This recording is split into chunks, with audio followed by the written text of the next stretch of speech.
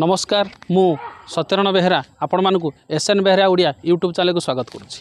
प्रिय दर्शक बंधु यही चैनल रे आपण माने पुराणर सिक्रेट तथ्य उपर जानिबा पाइबे। तेणुक ये चैनल को जदि आपण माने नुआ देखुछन्ती ताले सब्सक्राइब करिया भूलंतु नहीं और ऑल नोटिफिकेशन को ऑन करंतु जहाँद्वारा मु जेतेबेले वीडियो अपलोड करबी तार सर्वप्रथम सूचना आपण पाखरे पहुँची जिवो। प्रिय दर्शक बंधु जगतर नाथ प्रभु जगन्नाथंकर रथयात्रा विश्व प्रसिद्ध रथयात्रा। भक्तगण श्रीक्षेत्र पुरीर बड़दाण्डे प्रभु जगन्नाथ को दर्शन करी सबु पापरू उद्धार पाती। ये विश्व प्रसिद्ध रथयात्रार 7टी नाम अच्छी। चलतु आलोचना करवा से 7टी नाम कौन कौन और कहीं दि जाए। 1 घोषयात्रा। प्रभु जगन्नाथ विश्ववासी और भक्तगण को दर्शन देवाई और निजर नीलाखेला बड़ भाई और भौणी को संगरे धरी माउसी घर को जाती। प्रभु निज कर्मक्षेत्र रथयात्रा रे बसी माउसी घर को जाती। प्रभुंकर रथर नाम होउची नंदीघोष। नंदीघोष रथरे बसी जाती बोली ए यात्रार नाम घोषयात्रा बोली मध्य कुआजाए। 2 आड़प यात्रा। सबुदिन प्रभु भक्त मानू दर्शन देवाई बड़ देउल निज रत्नवेदी बसी था, किंतु रथयात्रा दिन प्रभु आड़प मंडप को जाती। तेणु ए यात्रा को आड़प यात्रा बोली मध्य कुआजाए। 3 जन्मवेदी यात्रा। राजा इंद्रद्युम्न जन्मवेदी तैयारी करी प्रभु जगन्नाथंकर प्रतिमूर्ति निर्माण करथिले। प्रभु निज कर्मवेदी छाड़ी जन्मवेदी को जाती बोली ए रथयात्रार नाम आउ गोटे नाम होउची जन्मवेदी यात्रा। 4 10 अवतार यात्रा। ए रथयात्रा रे प्रभुंकर 10 अवतार दर्शन मिले। कवि जयदेवंकर रचित गीत कविदरे मध्य प्रभुंकर 10 अवतार कथा वर्णना अछि।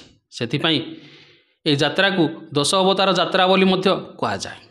5 पतितपावन यात्रा। प्रभु निज भक्त मानू उद्धार करने निज रत्नवेदी छाड़ी बड़दाण्ड को आसती। पतित मानू उद्धार पतितपावना उड़ी फरफर हो। तेणु ए यात्रा को पतितपावन यात्रा बोली मध्य कुआजाए। 6 नवदिनात्मक यात्रा। प्रभु जगतनाथ जगन्नाथ विश्ववासी और भक्तगण को दर्शन देवाई रथ उपरे बसी यात्रा करती। ए यात्रा 9 दिन लगे। 9 दिन धरी होइथिबा यात्रा जोगु नवदिनात्मक यात्रा बोली मध्य कुआजाए। 7 श्रीगुंडीचा यात्रा। राजा इंद्रद्युम्न श्रीजीउंकर मूर्ति तैयारी निज घरे जन्मवेदी निर्माण करी सेठारे तैयारी करथिले। तापरे मंदिर निर्माण करी प्राण प्रतिष्ठा पूजा पाई स्वयं देवपर ब्रह्मा आसी करथिले। यापरे प्रभु जगन्नाथ राजा रानी उपरे प्रसन्न होई कहिले, तुम उपरे मु अति संतुष्ट एवं बर देवाक इच्छुक, तेणु माग जहा तुमर इच्छा। राजा हाथ जोड़ी कहिले, प्रभु मोर वंशरे आउ केही न रहंतु। यह शुणी रानी गुंडीचा कांदी पकाइले। माँ कि सहीपारे एक कथा सहजरे। सेदिन प्रभु जगतर नाथ जगन्नाथ कथा देइथिले रानी गुंडीचा को, तुम घरे जन्मवेदी रे मोर प्रतिमूर्ति तैयारी होइथिला, तेणु मु तुमर पुओ परी प्रतिवर्ष तुम पाखकु 9 दिन पई आसीबी। कथा देइथिले बोली प्रभु प्रतिवर्ष आषाढ़ शुक्ल द्वितीया दिन रानी श्रीगुंडीचा पाखकु जाती। तेणु ए यात्रा को श्रीगुंडीचा यात्रा बोली मध्य कुआजाए। प्रिय दर्शक बंधु एथिला रथयात्रार 7टी नाम। एथिरे जदि मोर त्रुटि रहिला ताले क्षमा करिवे।